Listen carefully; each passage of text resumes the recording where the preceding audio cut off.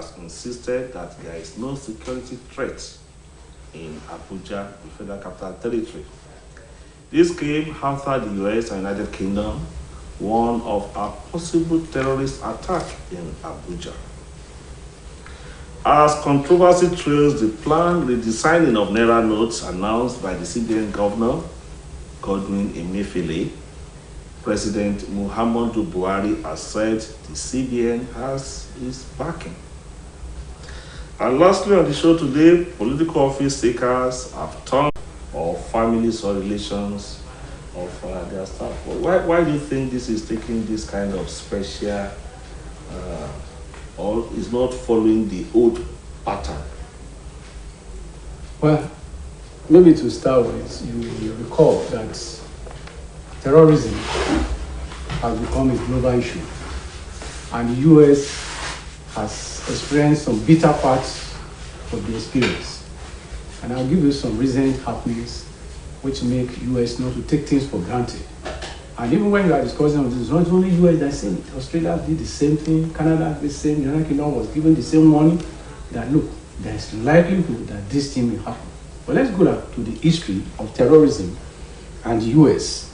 There was what we called Operation Eastern Exit, January 1991 in Somalia, when the US ambassador gave notice that they need for the American government to let them evacuate their citizens. And as soon as they did, Somalia was ruined. Not only that, a few other incidents are in 1979, US and allies evacuated 440 persons from Iran, and which led to Islamic revolution that happened 10 days later. The US took off their citizens from February 21, 1979, and 20 days later that happened. On June 12, 2003, US reviewed their stay and find out there's a need for them to move out of Monrovia, the capital of Liberia. And as soon as that one happened, the civil war broke out in Liberia. Last year, August 2021, we watched on live television what happened in Kabul, the capital of Afghanistan, and how they told them, look, we just need to move. Even right from the airport as the US were leaving, they began to suffer some challenges or problems. Then, this year, February 20, 2002, the US Embassy in Russia told the Americans they have their airlines to speak, they should move. And you call what is happening in Russia today. So whenever US is sounding alarm, not because it's Africa or it's Nigeria, just simply they took their citizens, their life worth more than any other things to them. For us, Nigeria, if anybody dies, it's just for Gaba Shehu to say, well, the government is looking at it, we are sorry about the thing, but prevention is better than cure. If we are not making things out of it, and they decide to move their citizens, so where's our own crack there? So if we cannot take warning, the Yoruba have an adage. They said, Nitori odi ni ojo se nsu, nitori afọ́jú ni ojo se nkun. So because of the dumb man, you'll be able to see that the cloud is coming. So if we, that's why all this one we are saying, they are raising false alarm. Do they carry your people? And they evacuate. Even in the days of COVID, you recall, they came and packed even those who are black away to America. So that is simply said, even despite that one, in the last 48 hours, I don't know, people being picked up here and there. I'll still come to you. Why is it that if the US or Britain or United Kingdom, if they want to pass messages to their nationals, do they need to go public? There was a time a friend of mine came from Canada and got a message from Canadian embassy because they told them we'll be going to certain places and it was off route of where I told them. There are ways. Why are you putting Nigerians into panic? That's the question of some people. Well, they are not putting Nigeria under panic. I don't agree with that assertion. They are telling their citizens, do this, do that. Protect yourself, skeletal services. If you are non-essential, this thing, you must not congregate in. I think they have the right to do so under the international law. If they were telling Nigerians, they would have gone beyond their limits, their bounds. But they are telling their citizens, and I mean, they care for their citizens. That's what it shows. That wherever an American citizen is, wherever a British citizen is, they owe it as a duty to protect him or her. to give it to them. That's one. Secondly, and more importantly, intelligence report. Look, these people, whatever we may, oh, we are independent, sovereign nations, so we have the right. The right America has is what we have. The first coup of January 15, 1966, they told the prime minister there is going to be a coup. If he had taken advantage of that, maybe. Well, as a Muslim, I believe that his time was up. But given the intel they had, they told him there's going to be a coup, and we are ready to rescue you. If the man did not believe it, and he was consumed. So what I'm saying is that they have intel and they have the right to tell. Let me tell you this. It's unfortunate the IG has to say what he's saying, but they have taken some measures just because of this alert. Government, you can't deny that. They have taken. Even the president ought to have a program to this. Yes, but yes, he has to risk. So this is a fact. Yes, this bluffing that nobody should come from outside to tell us what is happening in our house, but you didn't do anything, or if you did something, it was not enough. So they are trying to protect their citizens. So I think they are right. And for us, if we take advantage of it, fine. If we don't, that's our own cup of tea. But since that alert, the DSS, even the police, they invaded a particular estate in Abuja. There's this and made arrest, and there's this supermarket, trademark or trade. Jabile. They have also closed down. Julius Berger has also changed. Julius Berger too. So I mean, these are, if there's no, you see the British Airways has to land in Lagos instead of landing in. So all these things shows that this information these people have.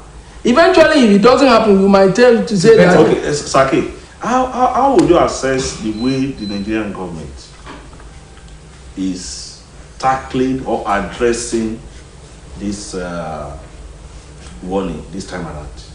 I think it's sheer bragado, and as earlier said, see, this information passed by US is meant for citizens. It has nothing to do with Nigeria as a nation. They pass that information down to their citizens because the life of an average American is as important as the life of his president. That is what they believe in. And you see, when they raise alarms like this, they are not grandstanding. They know what they are saying because it's a country that is in absolute control of its environment. They can see what will happen in the immediate future. That is a country that knows what it takes to secure its people. So that's what there's nothing. It's not the first time they do it. Wherever they have their citizens, that is a country that cherishes the lives of its citizens. Not the kind of country we live in. So all this is like politicization of this alert. They have said their own. If you care to take advantage of what they have said, it's left to you. But look at the steps taken so far. It means Nigerian government also has taken that alert seriously, at least to some extent. They have taken certain steps. But the statements credited to the IGP and Lai Mohammed, I think they are just to show that Lai Mohammed said you cannot stampede security. What is the meaning of that? What's the meaning of that? So the US is doing what is supposed to do and what is known to be doing all the time. Now, the United States had also had a fair share of terrorist attacks. The 9/11 plane and this center, World Trade Center and what have you. So why and even up to now there are also cases of individuals with gun shooting, killing at random.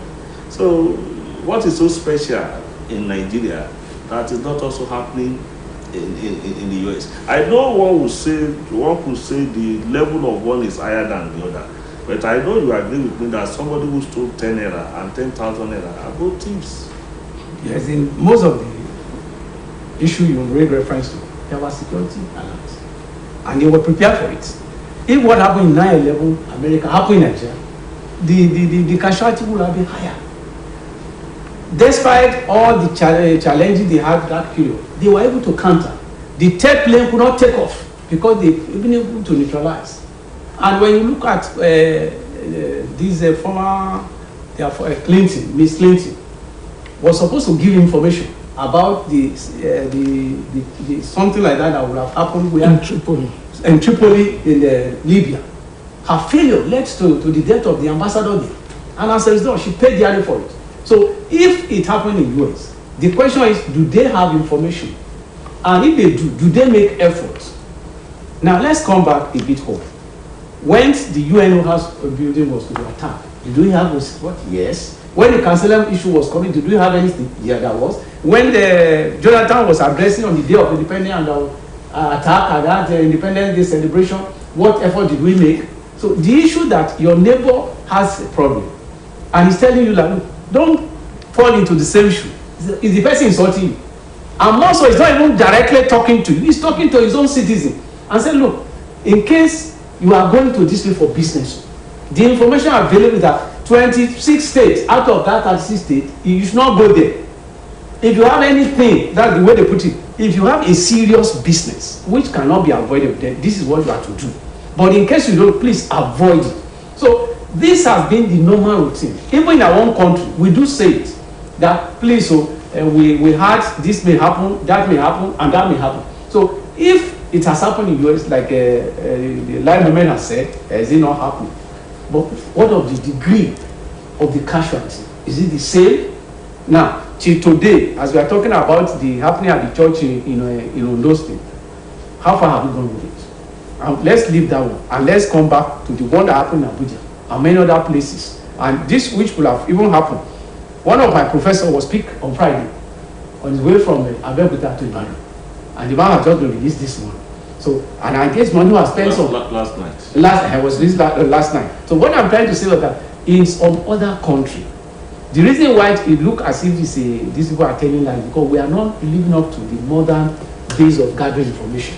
Because of the satellite, because of allies, because of other things. For example, you cannot enter US with your cell phone and people, one way or the other, they will be monitoring your conversation. These are not available. Even where it does, it's just limited. So these are the areas where they pick information. When maybe all these swap are discussing, they pick information. And let's give an example. The man who was alleged to have been responsible for the 9/11 bombing was in Pakistan. And they took time to study his daily program. Who is supplying newspaper, how he's getting food, and by the time they came for him, it was true information. And when they picked him up, it was easy. Now look at the days we have been on Boko Haram.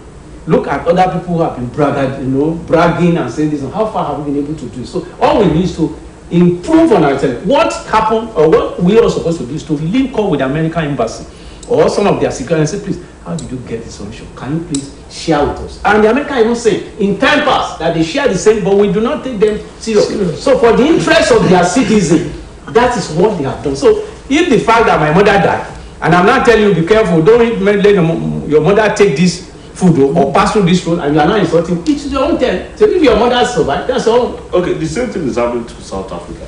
South Africa does not have a record of terrorist attack like Nigeria, kidnapping and what have you, or let's say insecurity. You know the reason? The reason has to do with level of poverty and economic improvement. If you look at countries towards Denmark, Norway and some other countries very close to Denmark, you realize their level of crime is reduced. Whenever you find crime on the rise, studies have shown that poverty has to do with criminality. So if in South Africa did not have the level, the first question you ask is that, how do they operate? For example, during the COVID, some of our citizens were not allowed to drop from the plane. Where people were dropping here and disappearing at the airport. It shows that their level of security is higher than ours. They don't take things for granted. So if here, anybody can just give you money, and if you have traveled out of this country, even to other parts of Nigeria, you realize the most of the people at this recession are not interested in doing the job. Okay, wait till you bring home. That's the first question they ask you. If you try that in other developed countries, they'll pick you. Their CCTV will record what you collected, and many other things. Today, our CCTV will destroy, so that nobody is able to use English. Let's go back to when General Sonny, Abacha was around. Some people came from America and they were able to do some recording. Right from the airport to Uluwole Market. They call it Corruption Incorporated. And from that place, they recorded how our custom immigration officers were collecting and everything. By the time they played it, Abacha said, pick this one thing. One of them blew his head off at first. From that day, did you see such thing like that? They will not allow you. So what's stopping us from having CCTV all over our state capital? Even from the local government level. Okay. There is this, some people will say conspiracy is everywhere. COVID-19 conspiracy theory. It was... but they came more white than the black. And this time around too, Nigeria and South Africa, our economy, we are at the forefront. Don't you think somebody is aiming at something? Maybe we have some people who have ammunition to sell, and they think that yes, if I can do them, they will patronize us. Well, you can't rule out that because wherever people say it happens in pharmaceutical too, that they deliberately push out certain ailment, viruses, and so that which eventually kill the people. And what is it? So but the guys can still do something. Yeah, that's what I'm saying. That if the government business, they know what to do. For example, when they want to deal with judges of the High Court, they know what to do. They went early in the morning to their house in the night and asked Mr. George, how do you come about pounds and dollars? Which day did you become borrow the change? And those things were seized. Some were even sent out of the judiciary today. So if they know the people who have votes in their house. Let them send DSS, send the police, go after them. Okay, so the issue is that who will bend the cards? Okay, let's put our hands and see what happens. But let me quickly add something. You see, we are talking about insecurity people. The big men that move this money, when they are on road, how many security people can check them? That's why we say they can go to their house. They can't pick them on the road. Then if they work on instruction, they are being protected by security. Oh, that is it. Then even when you come and how much is your salary? 1,000. Some of them once in a while they okay, we have not had the last, so maybe we'll still have to come there. The sociological aspect and discuss this topic. We move to the third and final topic now, the last one. Political office seekers, this flood disaster, they are now using it as an opportunity to campaign. We have seen some of them visiting the victims and scenes of the disaster. But are they actually using it as a means of campaigning, Sake, or they are doing the right thing? Well, you can trust politicians. They cash in on any situation that will make them popular and acceptable. And the current situation you have is an area of flooding. There was a time when we had a fire disaster, and you see them jumping from one fire disaster scene to the other. Donating money. So that's what we are having now. Well, it's a way of nature making them to part with some of the ill-gotten help or wealth they have. We've seen donations in the neighborhood of 100 million, 50 million and thereabout. It's a way of attracting votes for them. I don't see anything bad in it. You know, some people have to benefit from the goodwill of these people. So it will continue.